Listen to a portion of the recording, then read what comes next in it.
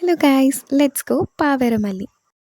ఈ ఫ్లవర్స్‌ని తెలుగులో పారిజాత ఫ్లవర్స్ అని కూడా అంటారు. ఈ సీడ్స్‌ని నేను మా ఊరి రామాలయంలో కలెక్ట్ చేశా. అసలు చెట్టు నిండగా సీడ్స్ ఉన్నాయి. ఈ వీడియోలో అంతగా క్లారిటీగా కనిపించకపోవచ్చు. ఈ ఫ్లవర్స్‌కి ఒక బ్యాక్ స్టోరీ ఉంది. ఈ సీడ్స్‌ని నేను చేస్తూ మీకు ఆ స్టోరీ చెప్తా. ఈ ఫ్లవర్స్‌ని శ్రీకృష్ణుల వారు రుక్మిణీదేవికి ఇస్తారంట.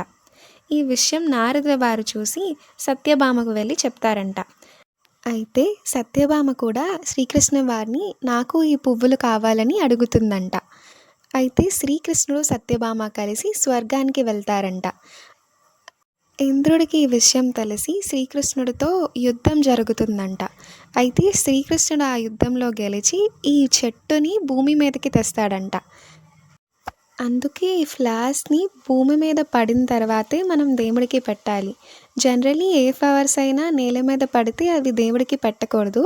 కానీ ఈ పారిజాత పుష్పాలు మాత్రం నేల మీద పడ్డాకే దేవుడికి పెట్టాలి. నేను ఈ సీడ్స్‌ని ఒక సాయిల్ మిక్స్‌లో పెట్టి జస్ట్ దాని మీద ఒక లేయర్ ఆఫ్ సాయిల్ వేసి షేడీ ప్లేస్‌లో పెట్టా. ఆఫ్టర్ 15 డేస్‌కి నాకిలా స్ప్రౌట్స్ వచ్చాయి. ఇలాంటి ప్లాంట్ స్టోరీస్ మీకు నచ్చితే please do follow mini plant gardener. Happy gardening!